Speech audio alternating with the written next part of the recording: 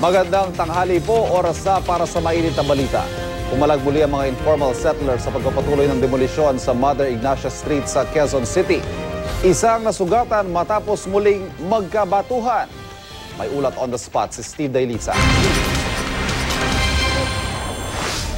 Tama ka dyan, Ivan. Isa nga ang sugatan na miyembro ng demolition team matapos muling sumiklab ang tensyon dito naman sa isinasagawang demolisyon dito sa bahagi ng Mother Ignacia dito sa Quezon City. Kaninang umaga nang magsimula sila, Ivan, ay mukhang marami naman doon sa mga informal settler ang nag-self-demolish, pero kinalaunan ay muling pumailan lang yung mga bato dahilan para may isang miyembro ng demolition team na masugatan. Kaagad ngang nagbabaan yung mga miyembro kanina ng demolition team, Ivan, matapos muling lumipad yung mga malalaking tipak ng bato, gayon din ng mga bote. At isa dun sa mga hindi nakaiwas, itong si Lorenzo Kalupitan na tinamaan ng malaking tipak ng bato sa ulo. Dali-dali nga rin siyang inescortan, Ivan, ng mga miyembro ng mga pulis para maisakay sa ambulansya. Sa maikling panayam, sinabi ni Kalupitan na kasulukuyan daw silang nagde-demolish nang bigla na lang daw niyang maramdaman itong malakas na tama ng bato sa kanyang ulo. Kaagad namang nakapwesto o pumwesto ang SWAT sa loob ng compound. 2 lalaki at isang menor de edad ang itinurong nagpasimuno ng pambabato. Bagamat itinanggi nila yung bintang, ay dinala sila sa QCPD Station 10 para imbestigahan. Ayon nga kay Police Superintendent Lemuel Obon na siyang tumatayong ground commander, ay miscommunication lamang daw ang nangyari. Kinigiba raw kasi ng demolition team yung area na dinadaanan ng mga nagsisilikas o yung mga self-demolish dahilan para magalit yung ilan sa mga residente. Kasama natin ngayon, Ivan, itong si Superintendent Obon. Sir, magandang tanghali po. Live tayo sa Balitang Hali. Yung kaninang tensyon na nangyari kanina, hindi nyo na inaasahan o napaghandaan pa rin ito? Ready naman tayo sa lahat ng mga eventuality, pero yon ay hindi ko inaasahan ang resistance na yon. Siguro ang nangyari kasi kanina, yun nga sinasabi kong miscommunication dahil dapat na ipahuli natin yung portion na yun dahil iyon lang ang safe na daanan ng mga nagboboluntary na mag-demolish at naghahakot ng gamit. In fact, kami nga nang sumuhot ako doon, tinignan ko yung area, muntik rin akong tamaan. Dahil sa ingay, pinapalipat natin yung mga nagde-demolish na doon muna sa tabi, ay hindi agad nakuha yung ating instruction, kaya galing sa loob mayroon ng bato. Oo. Pero after naman na bumaba sila, lumipat at napagsibahan na natin na okay na, ay humupa naman yung kanilang resistance. Pero itong mga residente ito, sir, nadakip na ho natin kanina. May mga inaresto ho kayo. Sila ho ba talaga yun? Yes, may tuturo kasi na isa doon na isang ng bato at saka naman yung isa naman nag-instigate.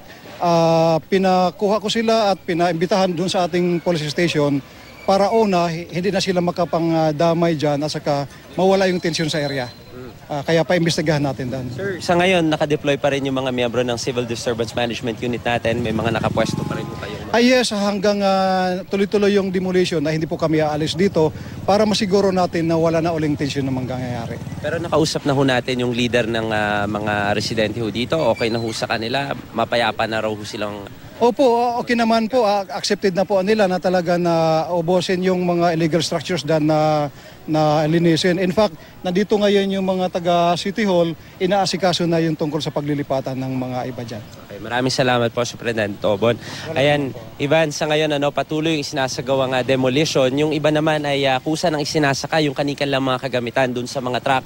Ito yung pinrovide ng Quezon City Hall para sila ay makalipat na doon sa relocation site sa Pandibulacan. May nakausap tayo kanina, Ivan, na residente. Siya si Aling Erlinda Malikdem. Nasa 26 na taon daw silang nanirahan dito. Kaya napakasakit sa kanyang kalooban. Nalilisanin nila ito. Mangyak-ngyak siya kanina nung ating kinakapanayam. At galit siya sapagkat dito raw yung pinagkukunan nila nung kanilang kabuhayan. Yun nga lang, wala rin naman din silang magawa dahil sinimulan na yung demolisyon sa kanilang tahanan. Nakausap natin kanina, Ivan, yung head ng Urban Poor Affairs Office ng Quezon City. Itong si Ginoong Jerry Colorado. At sinabi niya sa atin na mula sa dating 300 ng mga residente rito ay nasa 100 na lamang at sila nga yung nagre-resist simula pa kahapon doon sa isinagawang demolition. Out of that number, doon sa 100, nasa hanggang 64 lamang yung mga lehitimong structures dito. Ibig sabihin, sila lamang yung may garantisado na malilipatan doon sa itinakdang relocation site.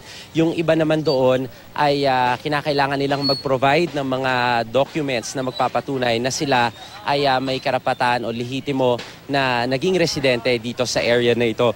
Yung mga affected residents, Ivan, ay pagkakalooban ng financial assistance na nakakahalaga ng 10,000 pesos at sila ay bibigyan din ng libreng masasakyan hanggang makalipat sila doon sa relocation site. Sa ngayon, Ivan, ay so far, no, kahit papaano medyo mapayapa na yung demolition na isinasagawa dito. Yung iba patuloy pa rin ang pagse-self-demolish at ang garantiya naman ng mga pulis ay mananatili sila dito hanggat hindi natatapos yung demolition. Yan muna ang latest mula pa rin dito sa Quezon City. Balik sa Ivan. Ano ang status ng demolition sa ngayon, Steve? Kung baga sa porsyento, ilang porsyento na yung demolition? Kasi hanggat hindi natatapos yan, posibleng sumiklab ulit yung tensyon tulad ng nangyari kanina. Sa ngayon, Ivan, dito sa aking likuran, karamihan dun sa mga bahay, wala ng mga bubungan. Yung tanging naiiwan dito ay yung mga bahay na mga yari sa semento o yung mga yari sa hollow blocks. Yan yung patuloy na tinitibag sa ngayon. Pero marami yung nagre-recover nung kani-kanilang mga yero.